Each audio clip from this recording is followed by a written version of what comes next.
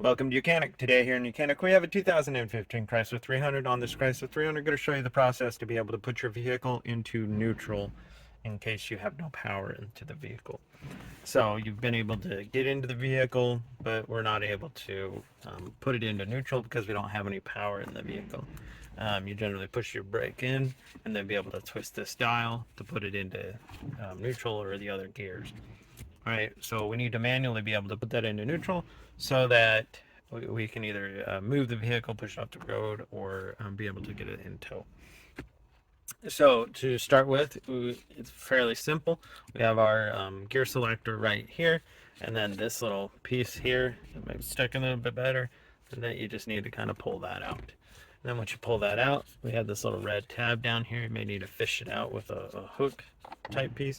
And then all you got to do is you pull this back, and then it'll lock up in that lock tab.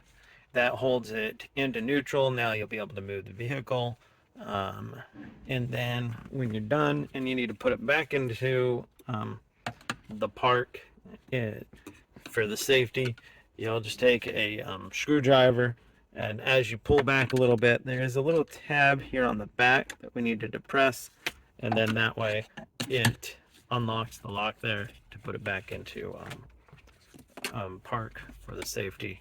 And then that's how you would release your park safety switch to be able to get it into neutral on your 2015 Chrysler 300. Thank you for watching Mechanic, where you can be the mechanic.